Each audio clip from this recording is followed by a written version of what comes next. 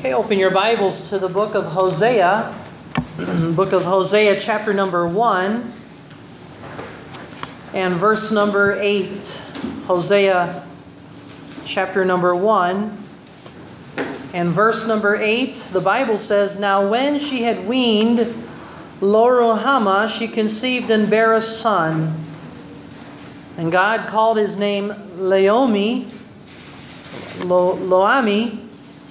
for ye are not my people, and I will not be your God." So, again, this is the tragic home life of Hosea the prophet.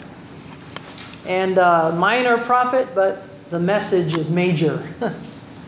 And we discovered last week that the first 3 chapters are relating to his domestic life, the life at home. And then the next subsequent chapters are the national life and the dismal life of the kingdom and the nation of Israel. At this time, when Hosea ministered, he ministered under King Jeroboam II. And contemporary with King Jeroboam II are the kings Uzziah, then Jotham, then Ahaz, then Hezekiah. But they are kings of Judah, the southern region. And so here we are, in the middle of a mess, in the middle of two nations. They used to be unified. But now you have the southern nation worshiping Jehovah God. And the northern nation under Jeroboam II, they are worshiping idolatrous worship, the calf worship. The bull god, Apis, if you remember the bull god. And so the great sin of the northern kingdom, and it's the same sin as the southern kingdom, but the northern kingdom departed first and continued, did not repent. And the great sin of the northern kingdom is that they departed from the Lord. Look at verse number 2. Verse number 2. "And the beginning of the word of the Lord by Hosea. And the Lord said to Hosea, Go take thee a wife of whoredoms and children of whoredoms, for the land had committed great whoredom, departing from the Lord." Ito yung kasalanan ng Northern Kingdom. Imbis na sila ay nagpatuloy sa pagsasamba kay Jehovah God, sa Panginoong Diyos, sila ay nagsamba sa baka, Diyos-Diyosan, iniukit mula sa pilak, ginto, sa bato o sa kahoy, Diyos-Diyosan, at ang Diyos nila ay baka, cow, calf, at ang pangalan ng Diyos ay Apis, hindi Ipis, Apis. Now, yung lahat ng mga hari ng Northern Kingdom, by the way, i-correct ko yung chart natin, mali ang chart, dahil yung chart sabi, 19 ang kings. Pero hindi ko napansin, meron palang extra na 2 king, nagsabay sila, dahil sa Northern Kingdom nagkaroon ng civil war. Pansamantala lang. Kaya 20 talaga ang kings ng North. Iko-correct naman natin yan. Pero naalala din natin, yung Northern Kingdom ay hindi sumama kay Rehoboam. Sila ay huwad, sila ay nag-apostatize, sila ay tumigil sa paglalakad sa layunin ng Diyos, at sila ay sumunod kay Jeroboam I noong 931 AD. At mga ilang mga hari ang dumaan, nandyan na tayo ngayon sa kapanahunan ni Jeroboam II. Pero yan ang kasalanan nila. They departed from the Lord. So merong time na yung Northern Kingdom ay sumama sa Panginoon. Pero ngayon, hindi na sumasama sa Panginoon. Pwede ba itong mangyari sa atin bilang Kristiyano? Dati, sumasama tayo sa Panginoon, nakikiisa tayo sa Diyos, nananalangin, nagbabasa ng Bible, na nagsisimba, gumagawa ng tama, umaasa tayo sa Panginoon, pero ngayon hindi na. Maaari ba yan mangyari sa atin? Yes! Wala hong exemption. Walang exemption, walang kinikilingan ng kasalanan. We are susceptible to depart from the Lord. And what a casualty. What a sad casualty to see a born-again Christian no longer walking with the Lord. That is sin. And the Bible calls it whoredom, spiritual whoredom. Departing from the Lord, no longer walking with the Lord. How much of your heart does God want? 100% ng puso mo, nais ng Diyos. Hindi ho pwede yung maglilingkod ako, 10% lang, Lord, para sa'yo. Hindi kaaya-aya ang ganyang klaseng paglilingkod. Nung niligtas ka ng Diyos, niligtas ka lang ba ng bahagi? Ha? Hindi. Nung niligtas tayo ng Diyos, niligtas niya tayo complete, buong buo. Balang araw yung katawan natin magiging glorified. Kompleto. Kaya dapat yung dedication natin sa Panginoon, kompleto rin. Huwag kayong mag-depart sa Panginoon. Na ang mundo natin ay punong-puno ng patibong. Punong-puno ng traps, bitag. Ang mundo natin ay isang sistema na na ginawa ng demonyo para ibitag tayo sa kasalanan. Satan developed this worldly system to entice Christians to depart from the Lord. The entire worldly system, the philosophy, the Antichrist philosophy of this world is carefully crafted by a subtle serpent to get Christians to depart from the Lord. Dati nag-church, pero ngayon hindi na. Dati nagbabasa ng Bible, pero ngayon hindi na. That is a shame. If you are saved, if you are born again, if you're a Christian. May that never happen to us. May we never depart from the Lord.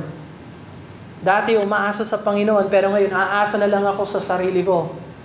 Ay talagang palpak ka. Ang mabuti lang sa atin ay si Jesus Christ. Siya lang ang mabuti sa atin. Wala tayong kabutihan maliban lang yun sa Kanya. Is that clear? You understand that? The temples that were dedicated to the Lord, now they're dedicated to Apis. It was idolatry. Lahat ng Northern Kingdom, idolatry.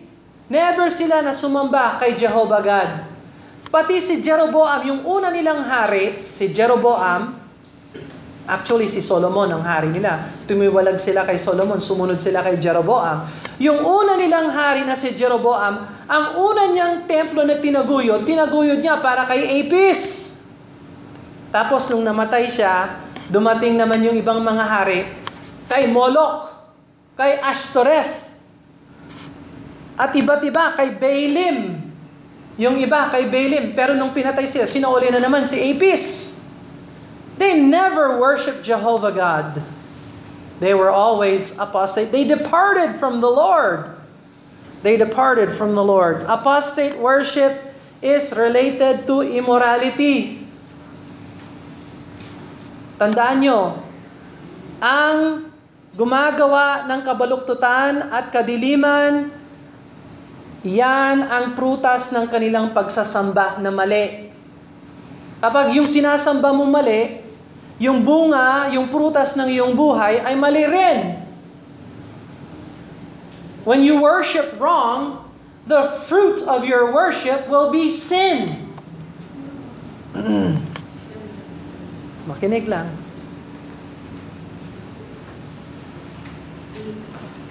Dito na yun, sa kabila. Yan, sa kabila. Pakialala natin. Gamit. Pag mali yung sinasamba mo, magiging mali rin yung prutas sa buhay mo.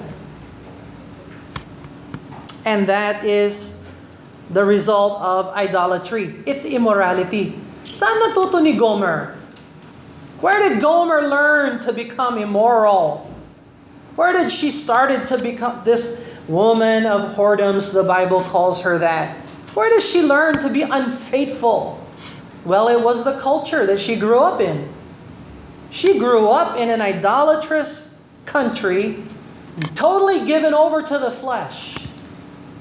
And that's why she was unfaithful and she practiced immorality many, many, many times. The Bible, plural, calls her a woman of whoredoms, plural. Over and over again, infidelity to her husband. Where did she learn that? Well, she learned that through false worship. If you do not worship God, the fruit of your life will be immorality and idolatry. Pastor, hindi naman ako immoral, hindi naman ako idolater. Sigurado kang hindi ka idolater? Ano ang idolatry? Kung ano ang inuuna mo sa Diyos, yun ang idol mo. Did you know that? You say, well, I'm not an idolater. Yeah, but whatever you love before God, whatever you put in front of God, that becomes your idol. Yung ibang mga magulang, ang ina-idol nila yung anak nila. Inuuna nila yung anak nila before the Lord. Sino ang nagbigay sa atin ng anak natin? Si Lord. Dapat priority pa rin si Lord. Yung iba, nag-asawa, hindi na nag-church. Priority niya yung kanyang asawa. Di, idolater ka ng asawa mo. Always seek first the kingdom of God. Huwag tayong maging idolater. Okay? Ganyan pala ang idolater. Yes, kahit na wala kang iniukit na bagay sa iyong harapan, kung ano ang inilalagay mo sa pwesto ng Diyos at sinasanto mo, yun ang Diyos mo, that is idolatry. Yung iba, mas masigasig nga pagdating sa basketball, halimbawa. Inuubos mo yung oras mo sa sports, pero yung panahon mo sa Diyos, nasaan? Where is your prayer? Where is your Bible study? Where is your walk with the Lord? Wala, nakalimutan ko. Then you are committing departure from the Lord. Immoral and idolatry. Yan ang mundo ni Gomer. Kaya nagawa ni Gomer na gumawa ng mali, natutunan niya yon. And ang pangalang Gomer, naalala ba ninyo kung anong ibig sabihin ng pangalang Gomer? Consumer, destroyer, naglalamon, kumakain, destroyer. Now, Diblaim, natatandaan nyo yung tatay niya si Diblaim. At hindi ko na naintindihan, ano ang ibig sabihin ng Diblaim? Double cakes. Double cakes. Yeah, sabi ko, Lord, anong ibig sabihin ng double cakes? So, binasa ko ang isa sa mga the best commentary sa Bible, si Matthew Henry. Si Matthew Henry. So sabi ko, ano kayang sabi ni Matthew Henry kay Diblaim? Kay double cakes nga ang pangalan niya. Anong klaseng pangalan yung double cake? Dalawang cake. Ang sabi ni Matthew Henry, at ang galing naman talaga ng wisdom na binigay sa kanya ng Panginoon.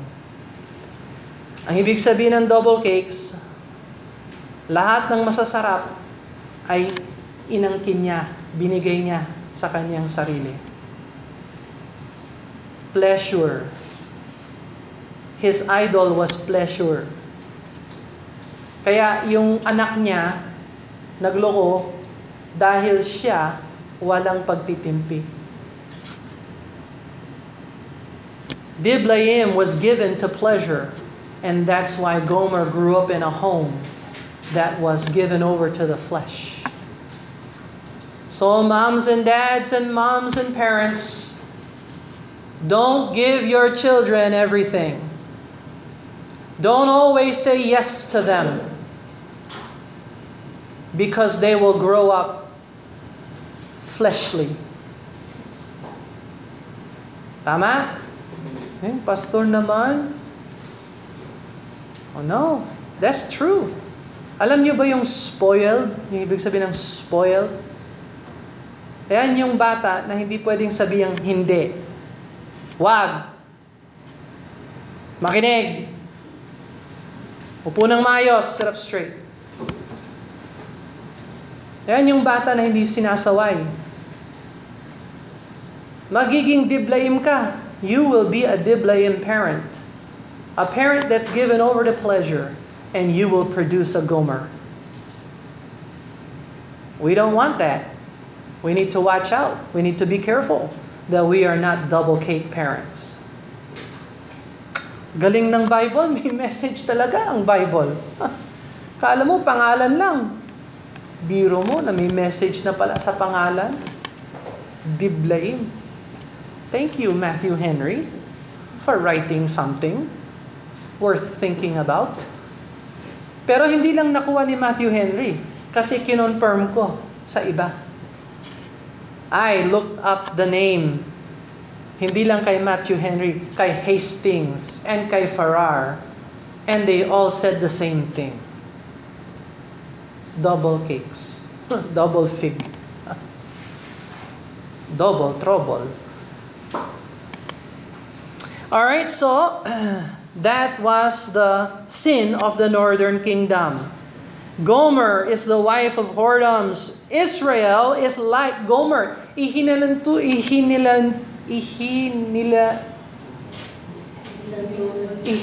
tulad. Ano ba yan? Ihinilan tulad. Yon. Ihinilan tulad si Gomer sa Israel bilang unfaithful wife ni Jehovah God. Pero nagsimula ba na unfaithful ang Israel? Na nabasa natin last week, no? Nagsimula silang matino. Let's go to Exodus chapter 19. Dito sila nagsimula bilang bayan. This is where they began as a nation. Exodus chapter 19, this is a culmination of the Abrahamic influence over Israel. Now it's the Mosaic influence over Israel. And now they're constituting themselves as a nation. For the first time, amazing passage of Scripture. Exodus chapter 19, verse 5. Exodus 19, verse 5. Now therefore, if ye will obey my voice indeed, and keep my covenant, then ye shall be a peculiar treasure unto me above all people, for all the earth is mine. And ye shall be, verse 6, Exodus 19, verse 6. And ye shall be unto me a kingdom of priests and a holy nation. These are the words which thou shalt speak unto the children of Israel. Verse 7, and Moses came and called for the elders of the people. Halikayo, kayong mga matatanda, let's come together. And laid before their faces all these words, all these preserved, inspired words that were available during the time of Moses, and they're still available today, just so you know.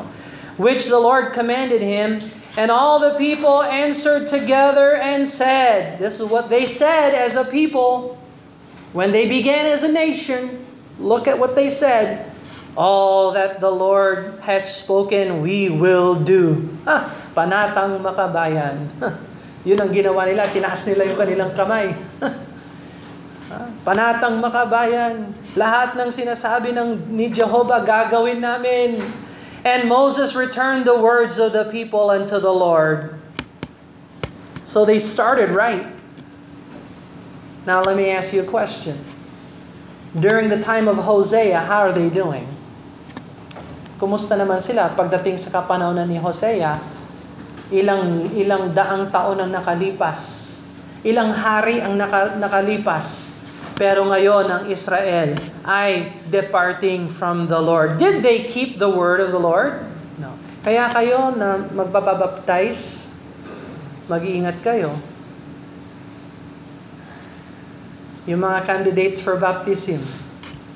Alam nyo ba yung sinasabi nyo pag nagpabaptize kayo? Tapos na ako sa lumang buhay. Lalakad na ako sa buhay na bago. Tapos na ako sa luma. Lalakad ako ng maayos sa harapan ng Diyos. Easy sabihin, mahirap gawin. That is what your baptism is professing. Kaya, mabuti na lang, huwag magpabaptize kung hindi kayo seryoso. Mas mabuti. Pero kung gusto mong lumago, magpabaptize. At lumakad ng maayos sa harapan ng Diyos. And God will bless you. So, ano yung mga anak ni Gomer at saka ni Hosea? Let's go back to Hosea. Tapos na tayo. 3 ang anak nila. Yung unang anak ay si Jezreel. Look over in verse number, let's see here. Verse number 3.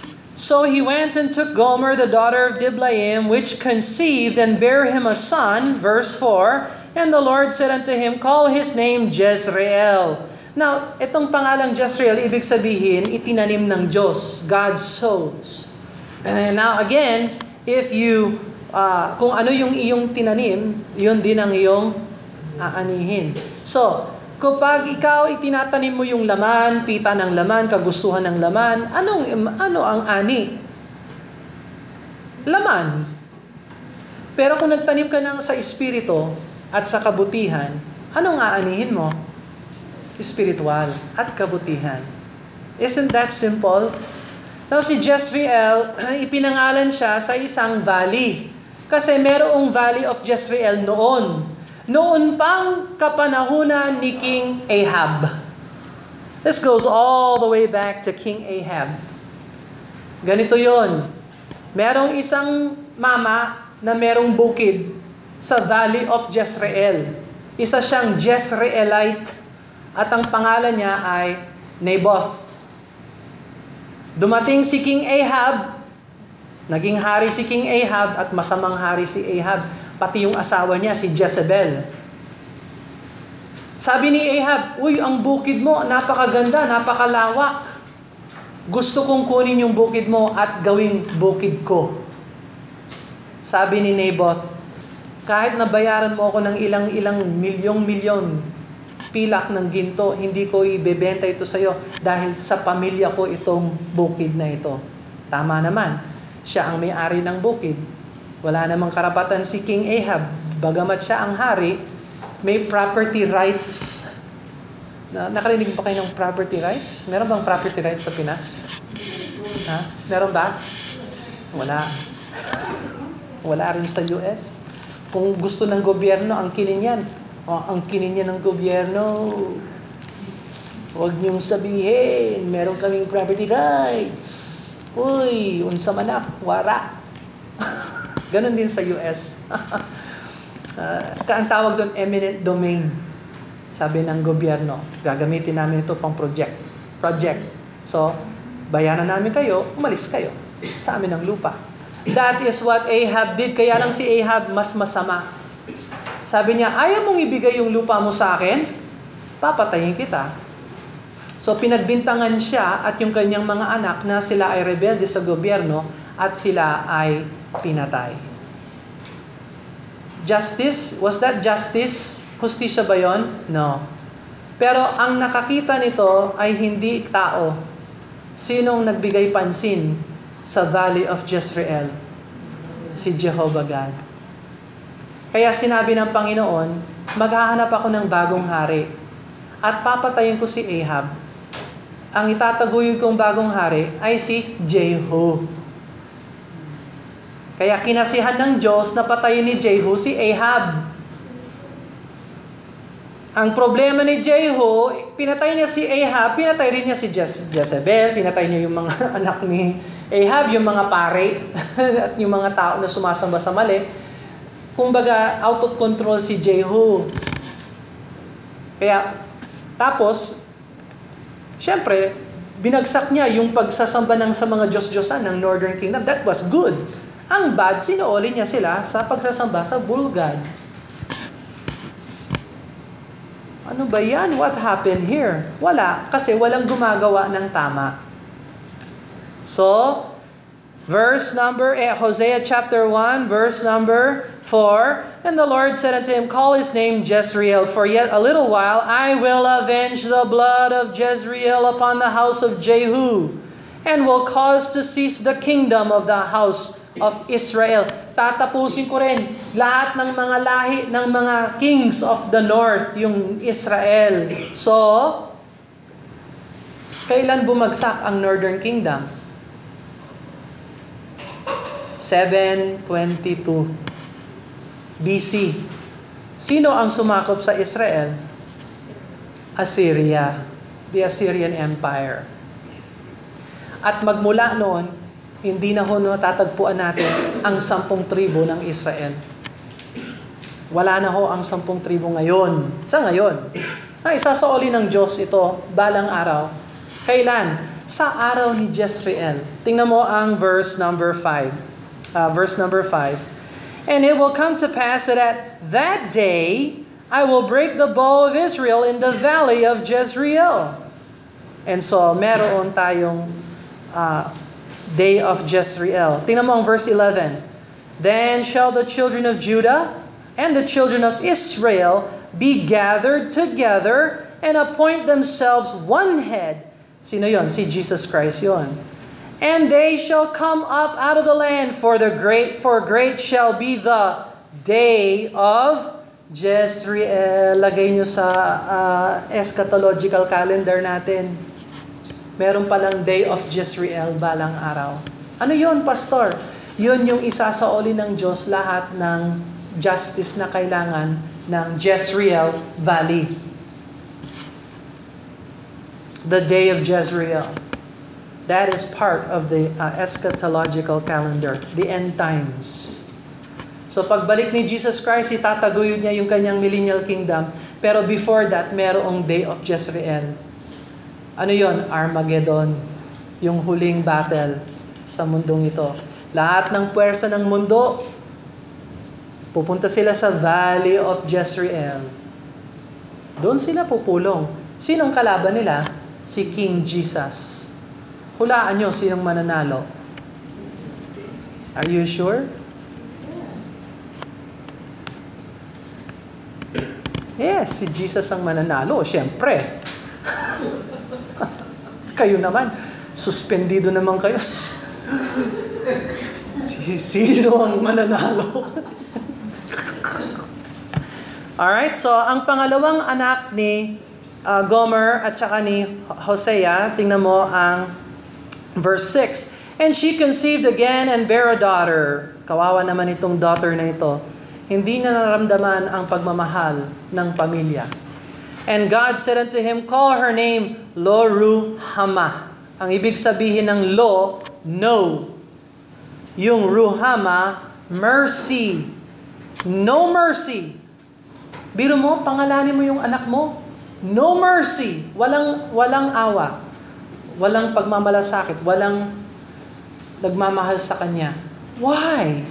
For I will no more have mercy upon the house of Israel. Tapos na. Wala na po. Wala nang patawad. Wala na. Alam nyo, merong wakas ang awa ng Diyos. Merong wakas. Hindi araw-araw nagpapatuloy ang Diyos na nagmamalasakit. Darating din ang time, hahatol ang Diyos sa mundong ito. Kaya sinabi niya, no mercy. Sa ngayon, yung 10 tribo ng Northern Kingdom, nasaan na sila ngayon? Where are they? Pastor, may kilala ako dito sa sa tuktukan dyan. Alam niya kung nasaan yung 10 tribo ng Israel. Wala na po. Sa ngayon, wala na. Bakit? Lo-Ruhamah. No mercy. No mercy. Mga young people, makinig kayong mabuti. Madaming young people dito. God bless you. We love you. Huwag niyong try ang pag-ibig ng Diyos. Huwag niyong subukin ang pag-ibig ng Diyos. Kasi darating ang time, gagawa kayo ng mali at walang lunas ang parusa ng Diyos sa inyo. habang bata, makinig. Para maiwasan ang luha. Kung nakikinig kayo. Anong gusto nyo? Ruhama, mercy?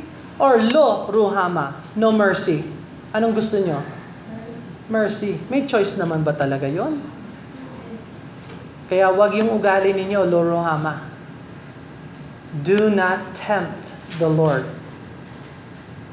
Do not tempt the Lord. Or it will be lo ruhama for you.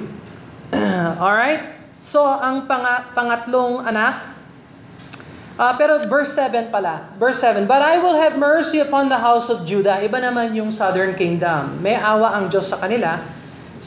Hindi sila sinakop 722. Sinakop sila 586. So medyo mahaba ang time nila. Tapos, after 70 years naman, at least binalik sila ng Diyos. Sana nagsisi na lang sila para walang sumakop sa kanila. Both northern and southern kingdom, hindi nakinig sa Diyos. Tulad din lang yan ng mga Kristiyano. Listen, pag Kristiyano ka, alam mo kung anong tama, ano ang mali. Gawin mo ang tama. Iwasan mo ang mali. Is that clear? O di kaya maluluruhama ka at maloloami ka. Verse number 8, "And when she weaned Lo-ruhamah, she conceived and bare a son." Ito naman, son. "And said, God call his name Lo-ami." Lo-ami. "For ye are not my people." Ang ibig sabihin ng Lo, no. Ang ibig sabihin ng Ami, my people. Not my people or no people. No people of God. Iniwan sila ng Diyos kasi iniwan nila ang Diyos. "For ye are not my people, and I will not be your God." Sabi ng Diyos. Kung ayaw mo sa akin, edi iwanan kita, sabi ng Diyos. Huwag naman mangyari sa atin. Huwag naman mangyari sa atin. Huwag natin talikuran ng Diyos. Never talikuran ng Diyos. It will not be good for us. And so, God's faithfulness towards us is covenant-keeping God. He's the covenant-keeping God. He will always be faithful. The question is, will we be faithful? We cannot control people and situations. Anong magagawa ni Hosea para sa Israel? Bigyan lang sila ng babala. I-preach ang salita ng Diyos. Pwede ba niyang palitan ng isip nila? Pwede ba siyang magsisi para sa kanila? No. We cannot control the situation. But we can choose to do right. We can control our hearts. We cannot change people. But we can change ourselves.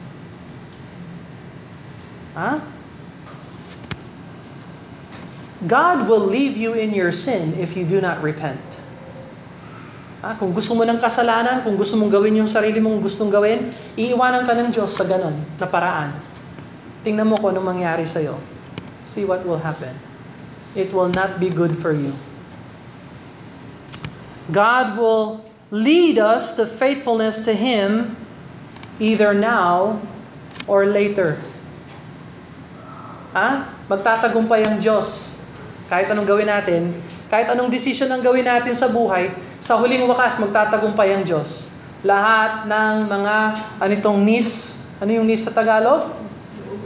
Tuhod. Yan si nanay na nakikinig. Sabi niya, tuhod, Mickey. I-message mo si Billy. Sabi mo, tuhod. Lahat ng tuhod ay, ano yung bow? Luluhod. Lahat ng tuhod ay luluhod sa harapan ng Panginoon at sasabihin, ikaw ang Panginoon. Whether today or later, mangyayari ho yan. Lahat. Pati si Satanas, luluhod siya at aaminin niya, Jesus Christ is Lord. Sa huling wakas, bago siya ihagi sa dagat-dagatang apoy, Jesus is Lord. Kaya sabihin na natin ngayon, gawin natin siyang Lord ngayon. Para pagdating sa panahon na hinaharap natin, easy para sa atin na sabihin natin, Jesus is Lord. Hindi tayo mahirapan sa araw na yon. People were probably wondering, what did Hosea see in Gomer? Why did Hosea pursue Gomer? Why did he stick with her? Gomer is a vile, filthy woman of whoredoms. I can understand if Hosea says, I'm through with you, I am done with you, I am goodbye. Delete. Ayun na ang alam ng mga kabataan ngayon, delete. Kaya pagdating sa relationship, delete. But what did Hosea see in Gomer that he would stay with her and be faithful to her? People would probably wonder that. And that's why, if you apply that to the Lord, what did God see in Israel and in Judah that He would be faithful to them? But is He faithful? Yes, He is. So alam naman ng Diyos lahat ng ating pagkukulang. Bakit pa siya faithful sa atin? Why? Kasi nga, siya ang covenant-keeping and faithful God. Ibig sabihin, Jehovah. The covenant-keeping God. The eternally existing and covenant-keeping God. Yan ang pangalan niya. It's pure love. It's God's love for us. Na hindi niya tayo binubura sa mundong ito. It's God's love for us. He is faithful. Aren't you thankful for the faithfulness of God? So, Hosea was faithful to Gomer. God is faithful to Israel. And I want you to know, Christian, God will always be faithful to us. Amen? God will always be faithful to us. So ano man mangyari sa atin, ano man yung hinaharap natin, palagi nating tandaan, pwede tayong umasa sa Diyos dahil ang Diyos ay tapat sa atin. Kahit na gaano kasama ang gawin ng Kristiyano, kung siya ay magsisi at iwanan niya ang kanyang kasalanan at ikumpisal niya yan sa Diyos, ang Diyos ay tapat at matuwid na nagpapatawad sa lahat ng ating mga kasalanan at lilinisin niya tayo. Amen? Amen. Would you bow your heads and close your eyes? Sin is not just breaking the law, it is also breaking the heart of God. It doesn't just break the law, it breaks His heart. Unfaithfulness. Huwag nating matutunan maging unfaithful. Magpatuloy tayo sa mga katotohanan na ipinakita sa atin ng Diyos hanggang kamatayan o hanggang sa muling pagbabalik ng Panginoon. Let us be faithful till death or till the return of the Lord. Faithful to Him. And God will help us and God will bless us. Guaranteed. Pastor, pray for me. Hindi ako sure na ako ay Kristiyano. Hindi ako tumanggap sa Panginoon. Hindi ako sure. Pero nais ko na maging sure. Nais kong matuklasan na si Jesucristo ang aking Panginoon Diyos at tagapagligtas. Pakitaas ng kamay. Pray for me, Pastor. Hindi ako sure. God bless you. Alright? Anyone else? Pray for me, Pastor. Hindi ako sure. Pero gusto kong maging sure. I want to give my heart to the Lord. I want to confess Him as my Lord and Savior. Let me see your hand. Alright? Sino magsasabi, Pastor? I know the Lord is my Savior, but I have to confess, I have not been faithful to Him. Okay? Very good. Okay? Okay? I have not been faithful to Him, but today, if God will help me, that's good. I see the hands. Yeah? But today, if God will help me, I want to surrender that. I want God to cleanse me and forgive me and restore unto me the joy of my salvation. I want God, I want to be faithful to the Lord as best I know. If that's your heart's prayer, can I see your hand? Oh, amen. Amen. Amen. May God give you the victory. And He will if your heart is right with God. Let's pray. Father, we thank you, Lord. You've seen the hands, Lord, and you know the hearts. And we certainly pray that we would confess and forsake our unfaithfulness. Help us to walk with you every day. Help us to speak to you and pray. Help us to seek the guidance of the Holy Spirit of God. Help us to learn the truths of Scripture, to meditate, to study, to apply the truths of Scripture. That we can look at you and say that, Lord, we know you're faithful, and help us to be faithful to you.